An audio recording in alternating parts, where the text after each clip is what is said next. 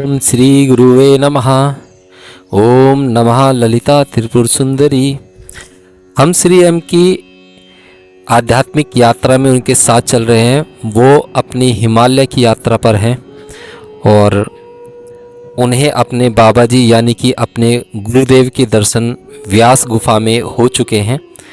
चलिए उससे आगे का प्रारंभ करते हैं। जब उन्हें पहली दीक्षा मिली थी, यह मेरे स्नेह में पथ प्रदर्शक के साथ मेरे नए जीवन की एक नई यात्रा की शुरुआत थी। अगली सुबह बाबा जी ने मुझे भोर से कई घंटे पहले ही जगा दिया। ब्रह्म मुहूर्त। बाबा जी ने कहा, इस समय वायु ध्यान लगाने के लिए स्वच्छ होती है। तुम्हें अलकनंदा के बर्फीले पानी में डुबकी लगाने की मूर्खता नहीं करनी है। उससे तुम्हें कहीं नमोनिया न हो जाए। और यहाँ तो आसपास कोई अच्छा अस्पताल भी नहीं है। मेरे कमंडल से पानी लो और अपना मुंह और चेहरा साफ कर लो। दांत साफ करने का ब्रुश है? हाँ बाबा जी। तो उसे निकालो और धूनी से थोड़ी राख लेकर मंजन के रूप में इस्तेमाल करो। आग अभी भी तेजी से जल रही थी। मैंने सोचा कि क्या बाबा जी सारी रात जागकर उसमें लकड़ियां डालते रहे। मैंने पहली बार देखा कि वे कितने व्यवहारिक थे। वे कतई घिसे पिटे पुराने विचारों वाले नहीं थे। जैसे कि ध्यान में बैठने से पहले स्नान करना आवश्यक है, चाहे उसका परिणाम मृत्यु ही क्यों न हो। मुझे याद आए जेरूसलम की गलियों में घूमने वाले एक महान आध्यात्मिक गुरु के शब्द, जिनके पास अपना सिर टिकाने की भी जगह नहीं थी। कानून मनुष्य के लिए बनाए गए हैं, मनुष्य कानून के लिए नहीं। जब मैं मुंह धोकर वापस आया तो उन्होंने मुझे एक तह किया हुआ कंबल दिया और कहा, आज से इस कंबल का उपयोग करो, कोई और इसका उपयोग न करे, यह तुम्हारा है। फिर उन्होंने मेरी भंगिमा में सुधार कर पद्मासन में ठीक से बैठना सिखाया और क्रिया योग के रहस्यों की दीक्षा दी। क्रिया योग की तकनीक उन्हें उनके गुरु ने सिखाई थी, जो और कोई नहीं स्वयं महाअवतार बाबा जी थे। यह जानकर मैं फूला नहीं समाया। जब मैं ध्यान करने लगा तो उन्होंने हल्के से मेरा सीना व मस्तक छू दिया और मैं गहरे और आनंदमयी ध्यान में चला गया।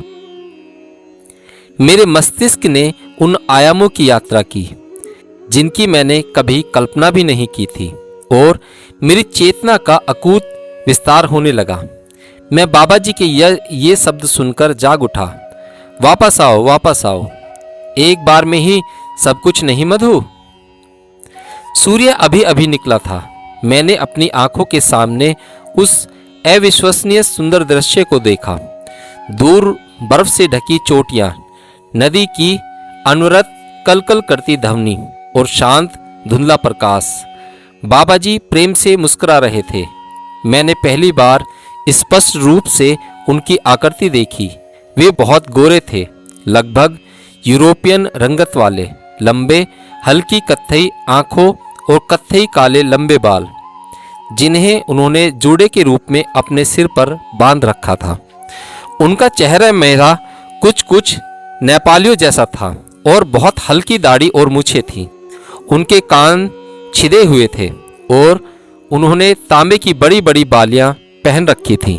उनके गले में बड़े बड़े रुद्राक्षों की माला थी। उस कपकपाती ठंड में भी उनका हष्ट पुष्ट देह नंगी थी। बस कमर पर एक मोटा सूती कपड़ा लपेटे हुए थे जो घुटनों से ऊपर तक लटक रहा था। वे नंगे पैर थे।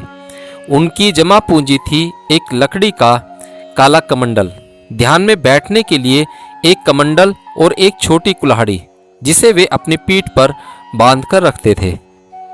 यह जगह कुछ जानी पहचानी सी लगती है, मैंने कहा, मानो मैं पहले यहाँ आ चुका हूँ। क्या उस समय आप मेरे साथ थे? मैं नहीं, पर मेरे महान गुरु तुम्हारे साथ थे, जिनके बारे में अनेक कथाएं प्रचलित हैं। वे श्री गुरु बाबा जी जब तुम्हारे गुरु थे। मैं उनके शिष्यों में से एक हूँ और मेरा नाम महेश्वर नाथ है। कभी आगे चलकर लोग तुम्हें एम के नाम से पुकारेंगे तो तुम्हें बराबर मेरी याद दिलाता रहेगा। जब तक तुम तैयार नहीं हो जाते, श्री गुरु ने तुम्हें मेरे सपुर्द किया है। क्या मैं उन महान श्री गुरु बाबा जी को देख पाऊंगा? मैंने उत्सुकता से पूछा। मैं अपनी उत्तेजना छिपा नहीं पा रहा था।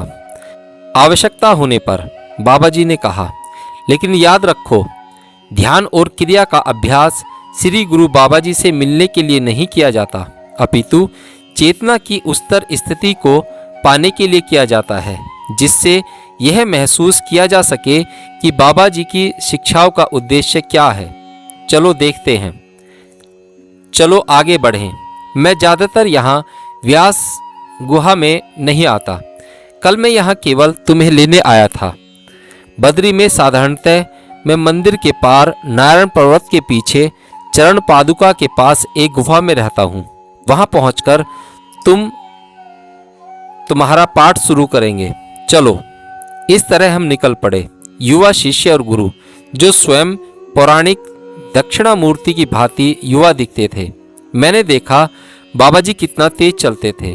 उनके साथ चलने के लिए मुझे बड़ी मुश्किल करनी पड़ रही थी। वे बीच बीच में मुझे आराम करने देते और उत्साहित करते।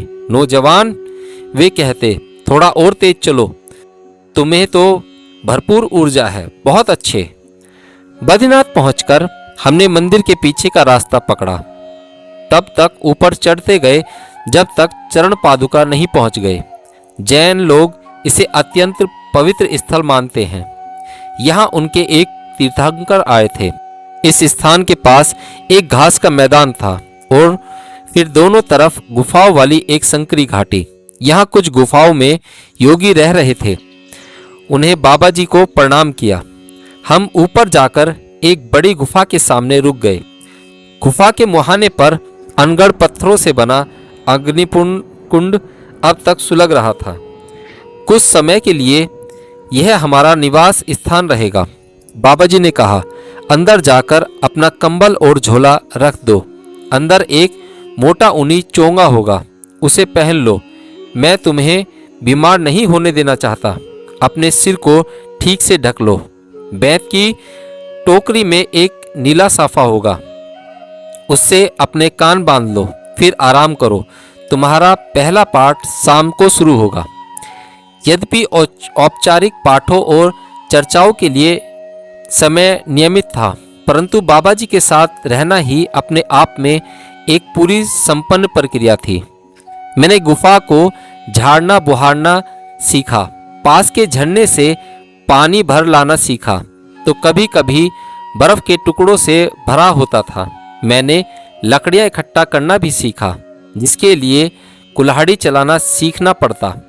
मंदिर के पास बाजार की दुकानों से और अन्य क्षेत्रों से तरकारी, गेहूं का आटा और अन्य सामान मांग लाना सीखा, और गुज्जरों से भैंस का दूध भी। भीख मांगना मेरे अहंकार को ठेस पहुंचाता था। हालांकि दुकानदार ये जानकर खुशी खुशी दे देते थे कि मैं बाबा जी का चेला हूँ। मैंने देखा कि लोग बाबा जी का कितना आदर करते थे। जब वे बाजार से गुजरते तो अनेक दुकानदार खड़े हो जाते और हाथ जोड़कर राम राम महाराज कहकर उनका अभिनंदन करते। बाबा जी हमेशा झुककर अपना दायां हाथ सीने पर रखकर उनके अभिवादन का उत्तर देते। मैंने सही रूप में खाने के महत्व को समझा और पहली बार मुझे खाना पकाना सिखाया गया। भोजन चाहे बिल्कुल सादा हो, लेकिन सही होना चाहिए। सब्जियां काटने से लेकर उचित समय तक उबालने तक कहीं भी समझौते को कोई स्थान नहीं। एक बार बाबा जी ने मुझसे कहा, अगर तुम सब्जी ठीक से नहीं काट सकते या अपने चावल ठीक से नहीं पका सकते तो अंतिम परिपूर्णता को कैसे प्राप्त कर सकते हो।